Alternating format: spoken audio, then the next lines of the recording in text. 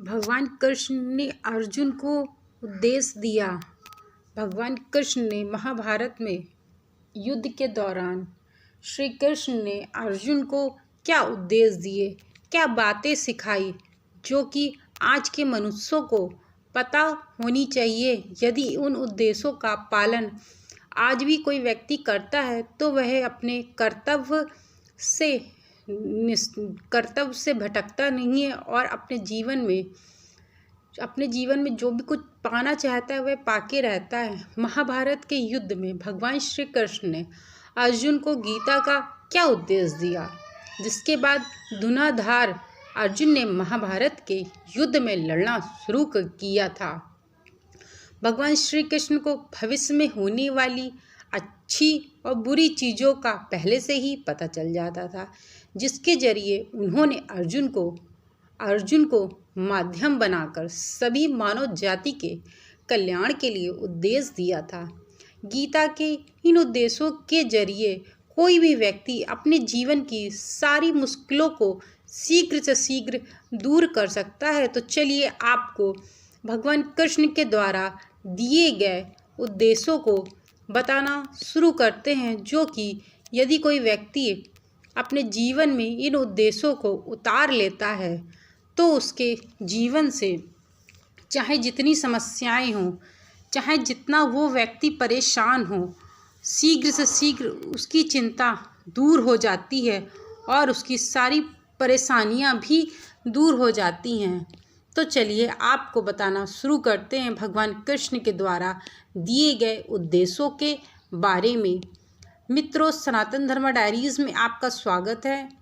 मैं आपको भगवान कृष्ण के उद्देश्य के बारे में बताने जा रही हूँ, जो कि बहुत महत्वपूर्ण होने वाली है। इसको सुनने मात्र से आपके जीवन की मुश्किलें कम हो जाएंगी और आप जीवन जीने का तरीका सीख जाएंगे। और मेरे चैनल को लाइक सब्सक्राइब करिए। और एक आपसे निवेदन है, यदि आप क्रेडिट कार्ड के लिए अप्लाई करना चाहते हैं तो ईजिली जा करके इसका लिंक मैंने डिस्क्रिप्शन बॉक्स में डाल दिया है, आप जाके अप्लाई कर सकते हैं। ये वर्ल्ड की टॉप 10 बैंक है जहां आप क्रेडिट कार्ड के लिए अप्लाई कर सकते हैं। तो चलिए आपको बताते हैं कि क्या भगवान कृष्ण ने अर्जुन को उपदेश दिए, क्या कहा। देखो, भगवान कृष्ण कहते हैं भविष्य की चिंता किए बिना जो आप काम कर रहे हैं उसे पूरी दृढ़ता से करते रहना चाहिए। यानी कि भगवान कृष्ण कहते हैं कि यदि कोई व्यक्ति भविष्य की चिंता कर रहा है कि भविष्य में क्या होगा, आगे जाकर क्या होगा, हमारा जीवन कैसा रहेगा, क्या जिस परिस्थिति में, जिस तकलीफ़ों में आज हमें, वो क्या पहले भी रहेंगी, भविष्य में भी रहेंगी। यदि वह व्यक्ति कर्म के साथ इन बातों को भी सोच रहा है तो वो व्यर्थ में ही सोच रहा है। उसको यदि कोई व्यक्ति इन सब बातों को सोचेगा तो जो अपना कर्म कर रहा होगा वो 100% पूर्णता नहीं कर पाएगा। केवल और केवल 60% ही वह कर्म दृढ़ता पूर्वक से कर पाएगा।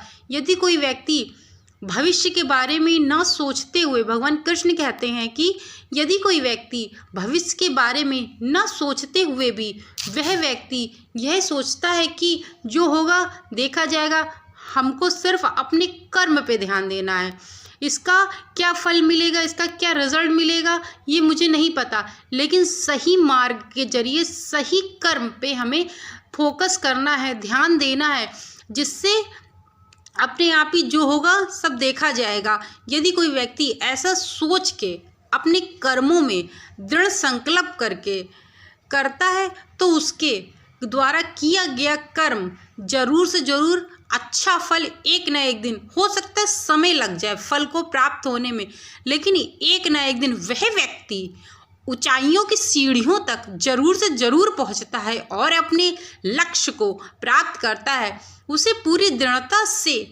अपने कर्म को करते रहना चाहिए। अगर हम मौजूद वक्त पूरी मेहनत और लगन के साथ काम करेंगे तो आपका भविष्य जरूर बेहतर होगा।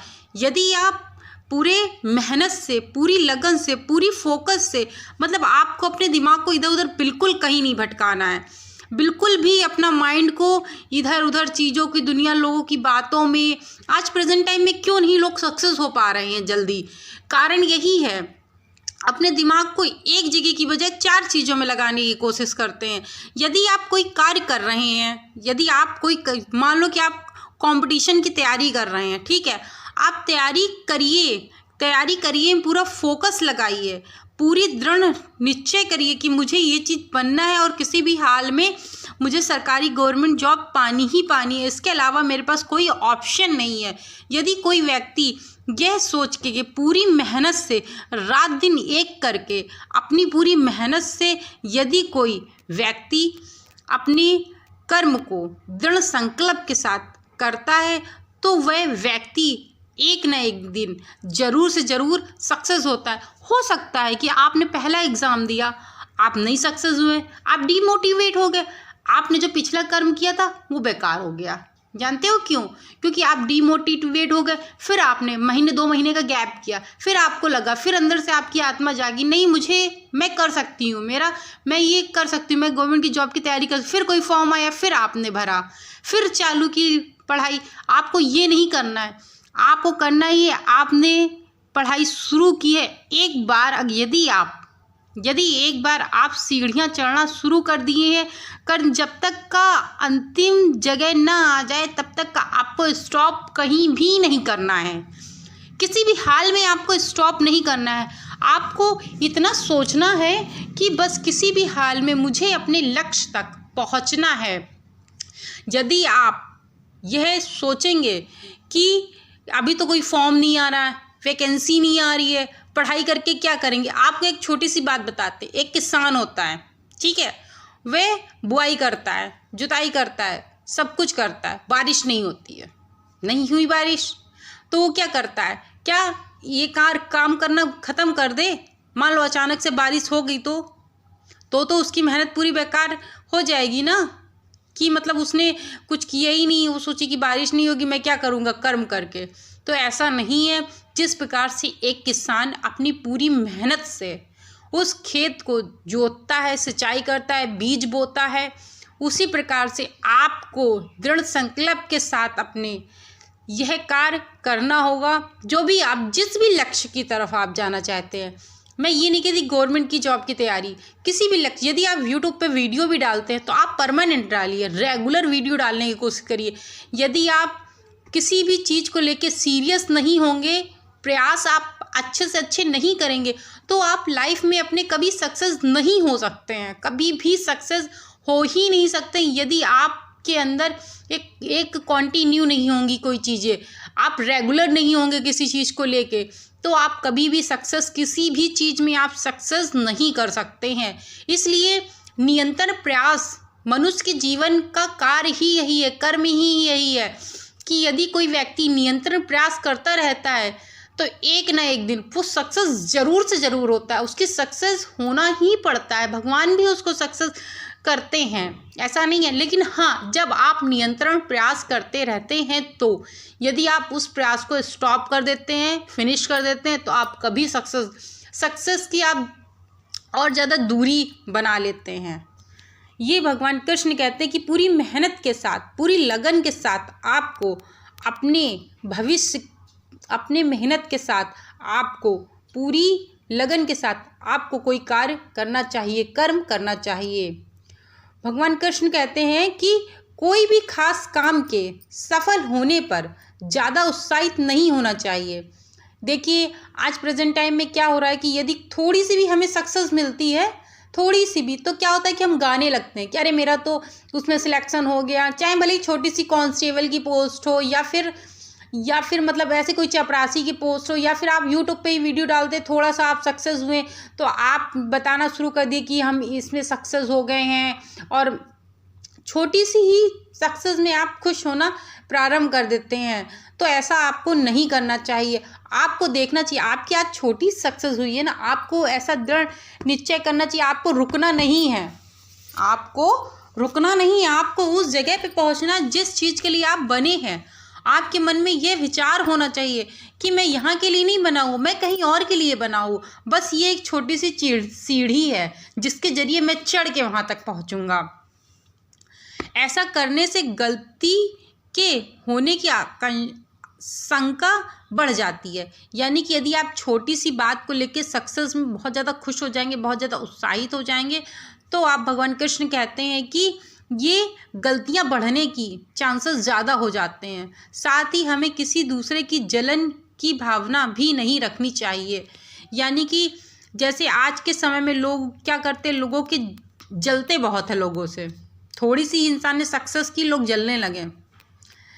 किसी लड़की को अच्छा ससुराल मिल गया, घर परिवार वाले जलने लगे, रिलेशन वाले जलने लगे। अरे लड़की थी इनकी, गोरी काली थी, कैसे इनको, ये तो गरीब थे, कैसे इनको इतना अच्छा लड़का मिल गया। तो लोगों के अंदर जलन की भावना है। आजकल किसी की नौकरी लग जाती है तो लोग जलने लगते हैं। तो आपको इस बात का विशेष ध्यान रखना है कि भगवान कृष्ण कहते हैं कि आपको किसी से भी ईर्ष्या नहीं करनी है, क्योंकि ईर्ष्या जो होता है वह आपके उन्नति का कारण बनता है और अवुन्नति की ओर चलना प्रारंभ कर देता है। इस कारण से आपको किसी से भी ईर्ष्या नहीं करनी चाहिए। देखिए, हर इंसान, भगवान कृष्ण कहते हैं कि हर इंसान के लिए कोई ना कोई काम जरूर है। यानी कि भगवान कृष्ण कहते हैं कि हर इंसान के जीवन में कोई ना कोई कार्य, कोई ना कोई कर्म जरूर है कि वह अपने लिए बाध्य है। मतलब कि आज प्रेजेंट टाइम में कोई ना कोई व्यक्ति ऐसा जरूर है कि किसी न किसी कार्य में कुछ ना करते हुए वह कार्यों में बाध्य रहता है। हर इंसान में कोई ना कोई खूबी जरूर होती है। आप अपनी खूबी को पहचानने की कोशिश करिए। भगवान कृष्ण कहते हैं कि हर इंसान के अंदर एक खूबी बहुत अच्छी छुपी होती है, बहुत बुरी भी छुपी होती है। तो जो अच्छी वाली खूबी है आप उसको पहचानने की कोशिश करिए।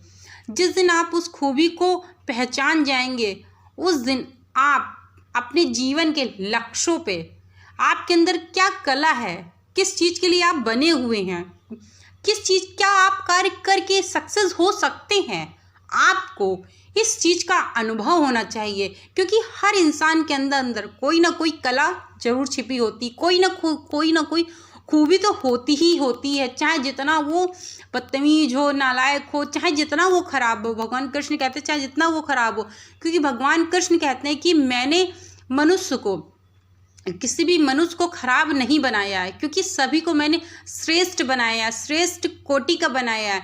बस उस डिपेंड करता है कि वो कर्म कैसे करता है। यदि उसके कर्म खराब होंगे तो वो ऑटोमेटिकली खराब होगा। अपने अंदर छिपे हुए हुनर को आप पहचानने की कोशिश करिए, जिसके हिसाब से वह व्यक्ति काम कर सकता है और आपके जीवन में सफलता आपके कदम चूमेगी। इस बात को आप याद रखिए। अपने आप ही सफलता आपके कदम चूमने के लिए तैयार बैठी रहेगी, क्योंकि आपके अंदर एक उत्साह होगा कि अरे वाह, ये तो मेरा फेवरेट काम है, मैं तो ये आराम से कर सकता हूँ। इस चीज़ का आप ध्यान रखिए। भगवान कृष्ण कहते हैं कि जो व्यक्ति केवल बाहर से ही दिखाता है, मतलब दिखावा करता है, वह इंद्रियों पर नियंत्रण कर चुका है। यानी कि जो व्यक्ति आज प्रेजेंट टाइम में, देखिए दिखावा बहुत है, आज प्रेजेंट टाइम में दिखावा बहुत है। भगवान कृष्ण कहते हैं जो बाहरी से दिखावा करता है कि हाँ, दिखा रहा है कि मैं आपसे बहुत प्रेम करता हूँ, मैं आपके साथ जीवन बिताना चाहता हूँ, मैं आपके बिना जी नहीं सकता हूँ, मैं आपके बिना मर जाऊँगा। तो ये सब फालतू की बकवास है, सिर्फ और सिर्फ बकवास है, इसके अलावा कुछ भी नहीं है। वो व्यक्ति जो है वो अपनी इंद्रियों को बहुत ज़्यादा नियंत्रण कर चुका है। उसे पता है कि हमें क्या, कहाँ, कैसे बोलना है, इसकी वजह से। और बेवकूफ़ होती लड़कियां जो पड़ जाती हैं चक्कर में। लेकिन अगर उसका मन से अंदर से चलायमान होता है तो वह व्यक्ति सबसे झूठ और कपटी होता है। यानी कि जो व्यक्ति दिखावा करता है वह व्यक्ति कटपी होता है। यानी कि वो व्यक्ति आपके सिर्फ और सिर्फ स्वार्थ के लिए आपसे बात कर रहा है, स्वार्थ के लिए आपके साथ खड़ा है, स्वार्थ के कारण ही वो आपसे मिलने आता है, केवल और केवल स्वार्थ है। आज प्रेजेंट टाइम में आप बहुत सारे लोगों को देखेंगे कि आपके फ्रेंड्स बहुत हैं, लेकिन फ्रेंडों में कोई एक ही ऐसा फ्रेंड होगा या ऐसी फ्रेंड होगी जो आपकी मदद करने के लिए हमेशा तत्पर रहेगी, हमेशा खड़ी रहेगी।